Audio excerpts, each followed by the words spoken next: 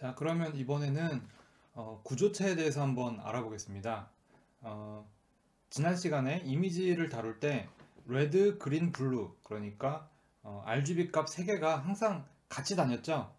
같이 다니는데 이것을 하나하나 처리하려니까 어레이 사이즈도 많아지고 그래서 좀 복잡했죠. 그 다음에 예전에 피아노 예제를 할 때 피아노를 녹음할 때 어떤 키가 눌렸는지와 그 키가 길이가 얼마나 되는지, 얼마나 지속이 되는지 이 두 가지를 같이 다루는데도 불구하고 어레이 2개로 분리해서 데이터를 저장했었죠.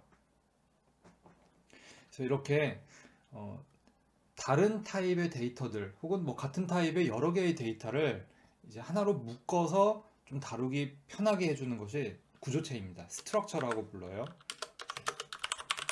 스트럭처, 구조체. 그래서 정의는 어떻게 하냐? 스트럭트 다음에 스트럭처의 이름을 적어주면 돼요. 그래서 일단 RGB 컬러다. 그러면은 unsigned 캐릭터 레드, 그린, 블루. 자, 이렇게 적어줘도 되고 아니면 아예 뭐 이렇게 적어줘도 되고 세마이콜론 잊으면 안 되겠죠.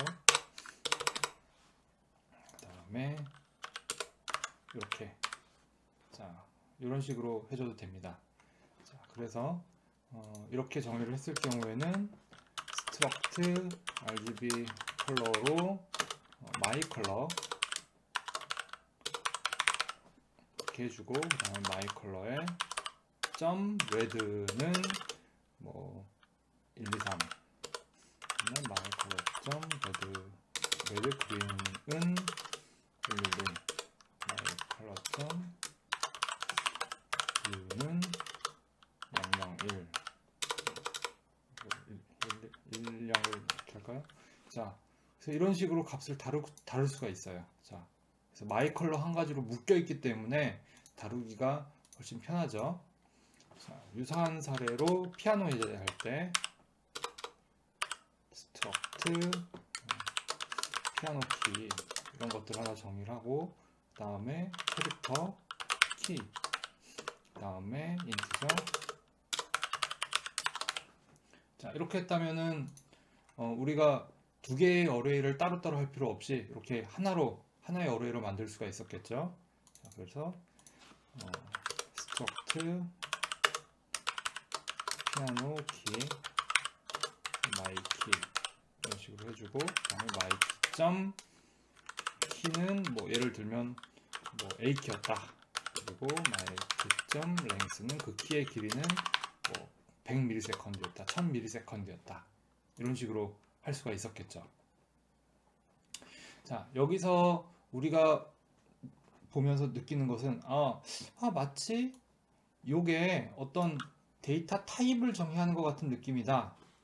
예를 들면은 뭐 인티저 my number 이렇게 해놓고 my number는 1 이런 식으로 변수를 사용하는 것과 이렇게 스트럭처 구조체를 이용해서 하는 것과 뭔가 유사성이 느껴지죠. 자, 그래서 우리는 type define type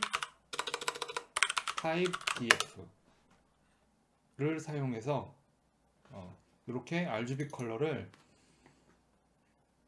어떤 타입으로 정의를 할 수도 있어요. 타입처럼 사용을 합니다. 그렇게 되면 앞에 여기를 떼줘도 되겠죠. 자, 이럴 경우에는 주의할 점이 이렇게 밑으로 내려줘야 됩니다.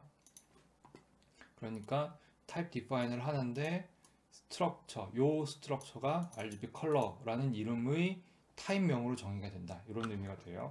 자, 다시 돌아가면은 자,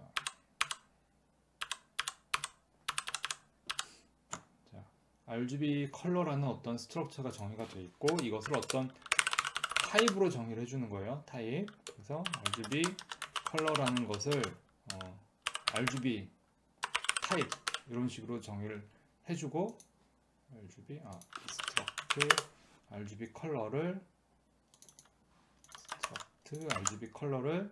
RGB 타입으로 정의를 해주고 RGB 타입을 어떤 인티저나 뭐 더블이나 플로트 같은 타입처럼 사용을 하는 거죠. 그래서 컴파일하면은 문제없이 컴파일되는 게 확인됐죠. 데이터를 넣었다 뺐다 할 수가 있습니다. 자, 그래서 스트럭처를 정의를 하고 type define struct, 그 다음에 스트럭처의 네임 여기 연동이 되죠. 그리고 우리가 변수명, 타입명처럼 사용하고 싶은 이름, 그러니까 인티저, 더블, 캐릭터 뭐 이런 것과 같이 타입명으로 사용을 하는 거예요. 굉장히 편해지겠죠. 자기가 원하는 대로 데이터를 묶어서 타입을 선언을 하면은 사용하기 굉장히 편하겠죠. 그래서 이렇게 적는 것을 합쳐서 자, type define struct 하고 예를 들어서 이런 식으로 혹은 이렇게 줄여버리면은 RGB 컬러라는 이름이 필요가 없죠. 스트럭처 이름이 필요 없이 바로 RGB 타입이라는 게 정의가 됩니다. 그래서 이렇게 줄여서 쓸 수도 있어요. 자, 그래서 요거는 좀 이따 보고 다시 피아노 키 부분으로 가서 자, 피아노 키를 아예 타입으로 선언을 해주는 거예요. type define struct 그 다음에 이렇게 빼줘서 피아노 키 이런 식으로 선언을 해주면은 이제는 피아노 키가 스트럭처가 아니고 어떤 타입 이름이 되는 거죠. 그래서 이렇게 옮겨주면은 컴파일이 됩니다. 그러면은 여기서 재밌게 사용할 수 있는 것은 뭐냐? 우리 그때 이걸 어레이로 만들었었죠. 그래서 피아노 키 my k 어레이 그래서 뭐 10개다. 그러면은 my key array 그래서 0번째 첫 번째가 되겠죠. 점 키는 뭐 우리가 AP를 눌렀다. 다음에 그 키의 랭스는 뭐 500이다. 다음에 그 다음 키는 또 뭐 어떤 키가 들어왔고 그 다음에 그거의 길이는 뭐 1000이다. 이런 식으로 일반 어레이처럼 똑같이 사용할 수가 있습니다. 지난번에 피아노 키를 다룰 때는 우리가 어레이를 두 개로 분리했었죠. 자, 키는 캐릭터였고 여기 다시 돌아가면 캐릭터였고 랭스는 인티저였죠. 그러니까 이걸 원래 두 개로 분리를 했었어요. 그래서 캐릭터 my key array 그래서 10개 그 다음에 인티저 my key length array 자, 이렇게 어레이 두 개로 분리했던 것을 이렇게 스트럭처를 사용해서 하나로 합칠 수가 있는 거죠. 아무래도 필요한 데이터가 몰려 있으니까 우리가 사용하기도 편하고 코딩하기도 편하고 또 그 메모리가 데이터를 읽어 들을 때도 편리하겠죠. 자, 그리고 마찬가지로 이 어레이를 정의할 때는 우리가 했던 것처럼 동적 할당을 사용할 수가 있습니다. 피아노 키가 마치 데이터 타입처럼 사용이 되기 때문에 이렇게 포인터형으로도 정의를 당연히 할 수 있고 리턴 타입을 저렇게 해주고 메모록하고 사이즈 오브도 사용을 할 수가 있어요. 사이즈 오브 피아노 키 그 다음에 10개다. 그럼 이런 식으로 동적 할당을 할 수 있죠. 자, 여기 이제 동적 할당을 하면서 사이즈 오브가 나왔으니까 한 가지 더 살펴봅시다. 자, 마이 컬러 같은 경우는 현재 RGB 타입은 RGB 타입이니까 unsigned 캐릭터 3개죠. 자, 그래서 printf를 한번 찍어봅시다. printf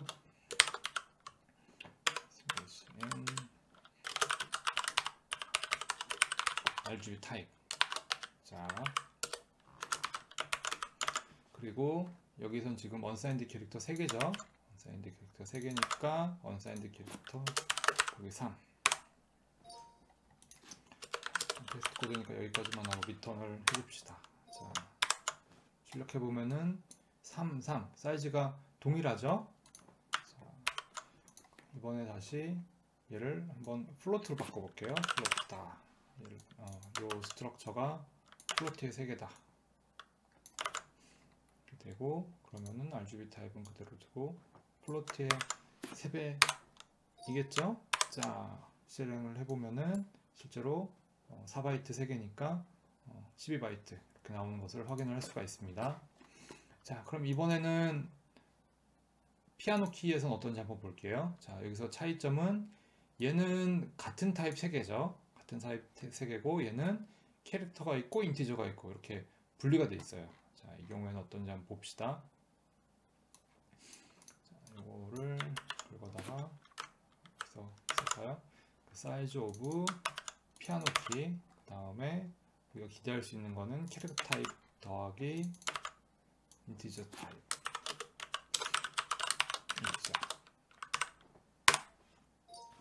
자, 실행을 시켜보면 얘는 8이고 얘는 5가 나오네요. 이게 왜 이렇게 되냐면은 그 스트럭처 같은 경우는 데이터가 메모리에 일렬로 이렇게 쭉쭉쭉쭉쭉 늘어서 있어야 되는데 서로 사이즈가 다른 데이터 타입일 경우에는 이게 어긋나서 메모리에서 읽어오기가 굉장히 불편할 수 있어요. 그래서 이 컴파일러가 이걸 나중에 읽어오기 편하려면은 이렇게 4바이트짜리 이렇게 두 개처럼 빈 공간을 좀 둬야 된다 해서 이렇게 무의미한 사용되지 않는 공간 3바이트가 들어가 있기 때문에 이렇게 차이가 나는 겁니다. 대신에 메모리에서 일렬로 데이터를 쫙 읽어올 때는 훨씬 빠르게 읽을 수가 있습니다. 그래서 혹시 나중에 이 메모리 동적 할당 뭐 사용하거나 할 때 이걸 했더니 생각보다 데이터가 좀 메모리를 좀 많이 먹어요 이럴 경우가 있어요. 그럴 때는 이게 컴파일러가 컴파일을 할 때 빈 공간을 일부러 만들어 놨구나, 데이터를 4바이트씩 8바이트씩 뭐 이렇게 딱딱딱딱 읽어오기 편하게 하려고 그렇게 빈 공간을 뒀구나 라고 이해를 하시면 됩니다.